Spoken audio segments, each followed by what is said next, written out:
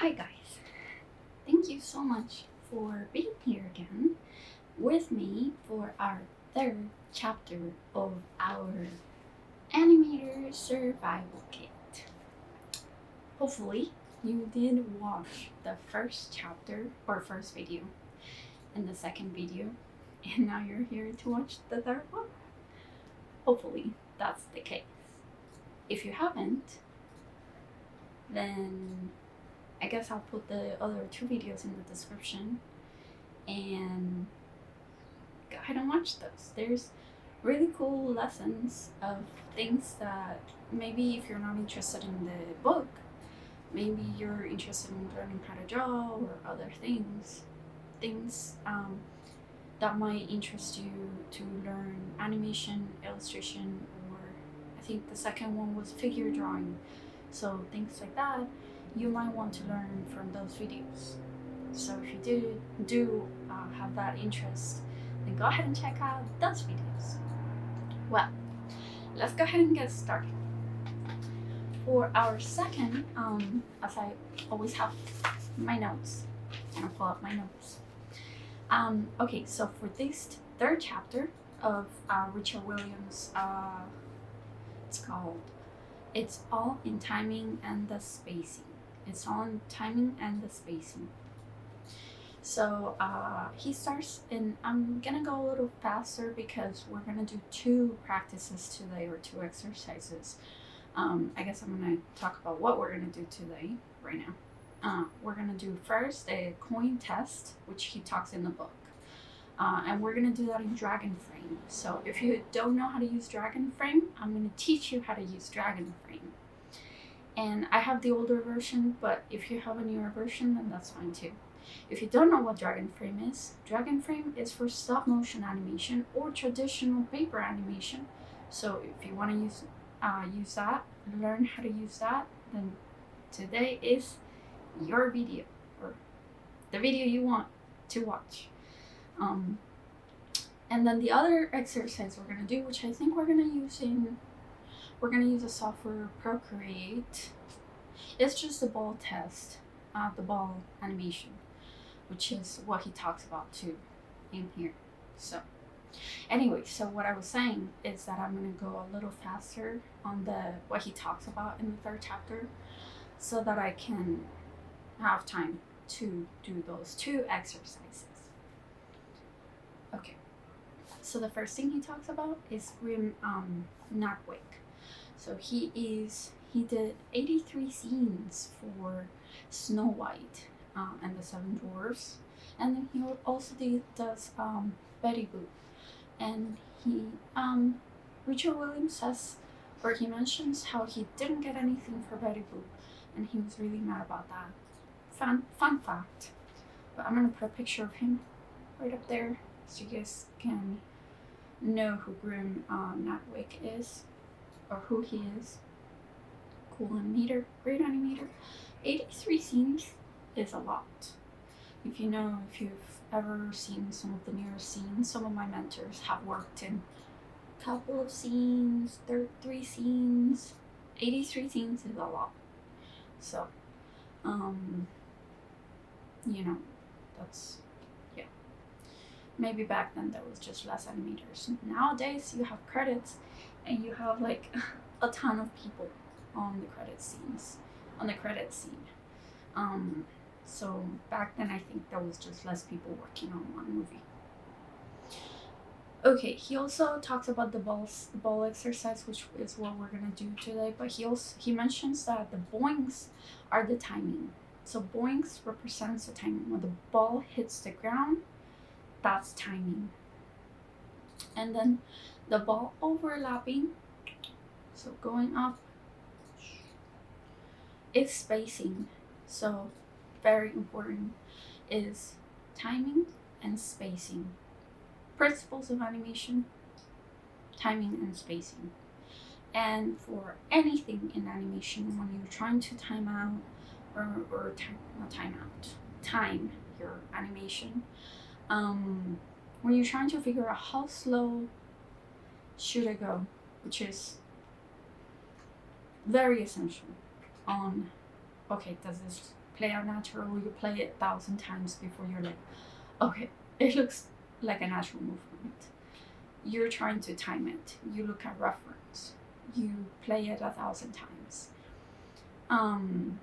You put more spaces in between. You hold a frame for more. You go back. You hold it for less, and you're like, okay, this looks right. That's the principle of animation, and that's why it's so important. Is because it's gonna make your animation look natural or not natural, if you mess up. He also talks about squash and stretch, just a little bit of it. He says that not everything needs to have squash and stretch. Obviously, he says some balls are not gonna have squash and stretch, but I do want to point out that for a lot of the animation back then, characters that squashed and stretched had a little bit more of that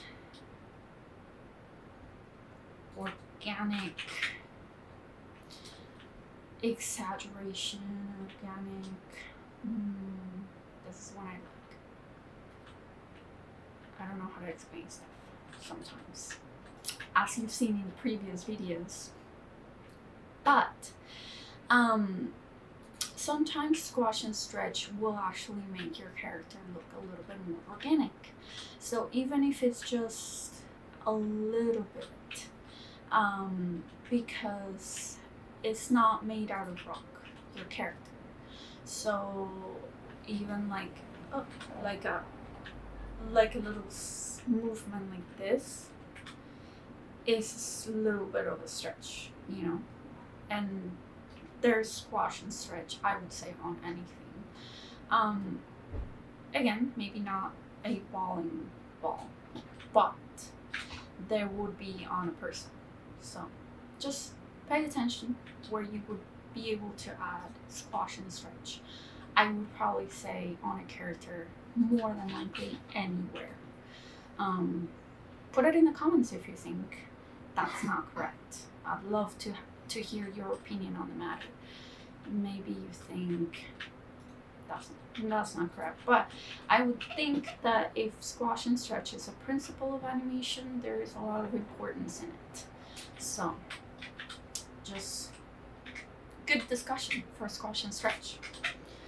Okay, so this chapter had a lot of exercises in between, a lot of images, so that's why there wasn't that much to discuss, which is good because probably this is where you just skip me. Hopefully you're not skipping, but if you are skipping me to the part where you see the exercise, this is where we get to the exercise. So hold on tight, we're gonna actually start looking into Dragonframe, and then we're gonna look into how to animate the coin and see the timing differences, which is what he talks about in the book. Yes. Thanks, guys. Bye. Hi everyone. So here we are with Dragonframe. All I did was just chose the name of the file and turned on my camera. I did have to set up my camera. Some of the settings can be found under capture. So if you haven't chosen the camera, you do go to capture and go to video as a source and choose the Nikon. This is the camera I'm using. To see the camera support or the cameras that the software does support, go to the Dragonframe website. I can link that into the description of this video. I'll put that in the description of this video, and help you guys out with that. And yeah, but I mean, it does support pretty much all DSLRs, and even all the new cameras are supported. Um, I am using a down shooters, which is I think you guys see it when I shoot these videos. You guys see it in the beginning of this video. You guys can see that in the background. It's a table that holds the camera upside down, and you guys can see the paper. So we're gonna do the test right now. And let's see. That's for the camera. The camera settings are right here. For when you guys are shooting on, let's see, drawings that are black and white, you guys can move. I really don't know. I'm not an expert on cameras. So you guys can move the settings right here, and it will adjust the contrast and how black the lines are. I'm not going to move it because I have found that this works for me on the lines. Um, I'll move it, but you guys can see the test. That's my test shot. So I'm going to move it back, and hopefully I'll remember how I had it.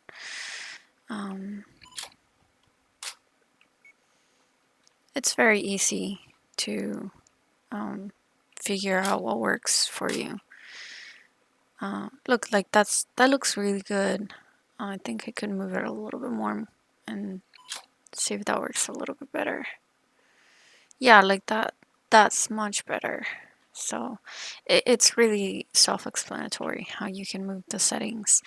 It does show on the website of Dragonframe that they do want you to have your camera in manual. So make sure your camera is on manual. It's very important. It's like one of the big things that they show you in the support website when you're setting up your camera, is make sure your camera is on manual. Okay, anyways, so we're gonna go ahead and click right here. Okay, so let's go back to what we were doing. I created a ton of shots. Now we do have, let's go back to a little bit of the basics.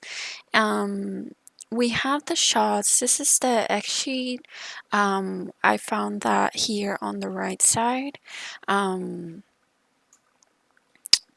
I am able to hold each of the shots that I created by just clicking on the shot and dragging it down. Same way, by dragging it back, I can just hold each one of those shots for just one frame. So if you guys were wondering how to do that, that's how you do that. Now, if you hold the frame that you were doing, that you took, you can also delete. And I was looking how to do that, so I could start fresh, and that's what I wanted to do. So I'm gonna do that. I'm gonna go back to my camera to see exactly what I have. And I think there's an easier way to do this, but right now I just can't. I can't find it. So until I can remember, because it's been a while since I used this software. If you do remember, or if you do know, then put it in the comments. So next time I just, you know. But for now, we'll just toggle from my X sheet. Usually, since I did, or when I was in class, I did have like 200, not 200. At some point, I did have like 2,000 pages that I had to scan. So I just like, you usually just kind of move the coin. We're going to go ahead and start moving the coin. You just kind of do this. You move it, take the picture, So we're gonna go ahead and I'm just hitting enter if you guys are wondering what I'm doing. You take the picture, move the coin, and you move so fast that you don't even mess with anything. And later on, when you do have a time to look at your X sheet and wonder, okay, which ones do I have to hold for 2, 3, then you do go back and adjust either that, or if you're a person that prefers something a little bit more organized or makes stops and then hold for whenever you need to hold, make the stops and then make the changes right there and then you make the changes. For now, we're just gonna go ahead and make the shots of the coins. This was going to be a really quick demo because we're just gonna take the shots of the coin and see how our animation turns. I already have the other coin shot for the timing of the coin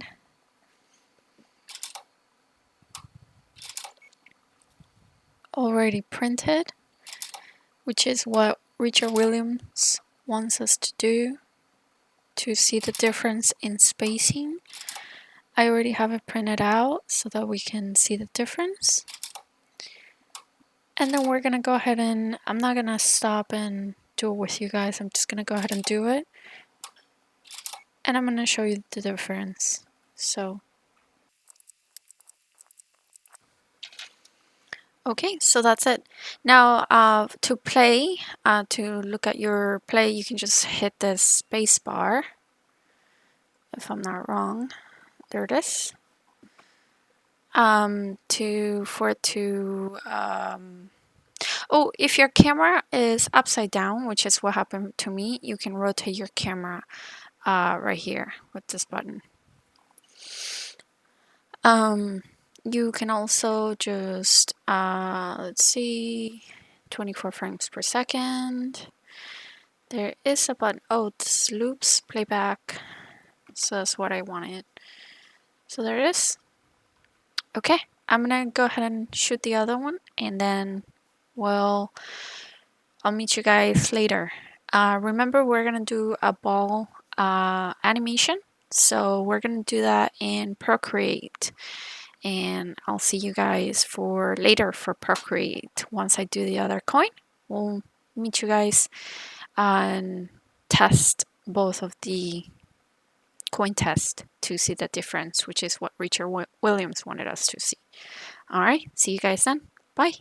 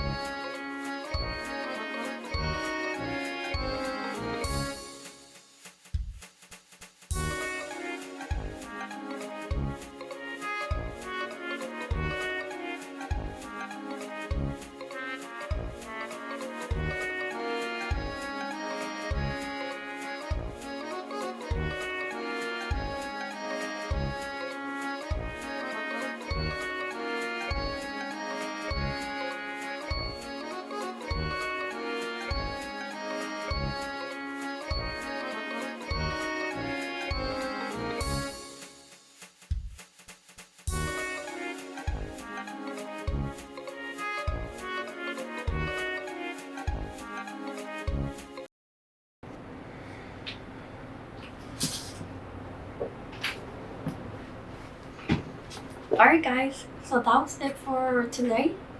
Thanks again for watching us. Watching us. It's just me. Duh. Watching this today. And hopefully you're continuing to read this book. Next up we have a lot of exercise. I don't know if you want to stay for me trying to find out what's next. Let's see. Oh, lesson 1. Hey, we have a lesson 1 coming up. Okay, cool. So we're gonna read lesson 1, and then next Friday or Saturday, we're gonna post a video for lesson 1 and then talk about what we read in the Animator Survival Kit. Remember, if you do subscribe to my channel, I know I don't have that many subscribers, obviously, but hopefully you are watching. It does help me a lot. I just really want people to learn, and for me to finish reading one book, which I've never done in my life. Animators. That's not funny, but yeah. Anyways, we're learning together, and subscribe, hit the bell button, and I'll see you next Friday. Bye.